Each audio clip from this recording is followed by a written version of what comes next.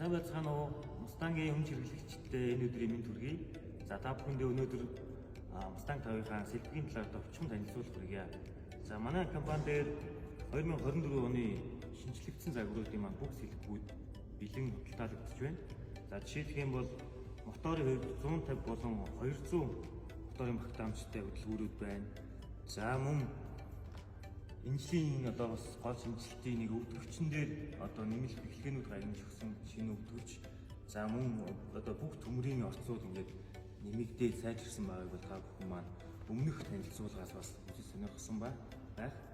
За мөн тод тусгалтай LED их гэрэл, за дээд холбоос, за поршин, гилз, за электрон хянах самбар, за мөн тоормосны педалийн үед бол энэ жил яндангийн дээгүүр гарсан, дээрээс нь цул төмөр болж өгсөн байгаа. За өмнө нь бол хөндөй байсан бол ийм цул төмөр болж өгсөн. За иржак, мануалч гэдэг юм уу те. За бүх сэлбэгүүд бол маань дээр бэлэн ирсэн байгаа.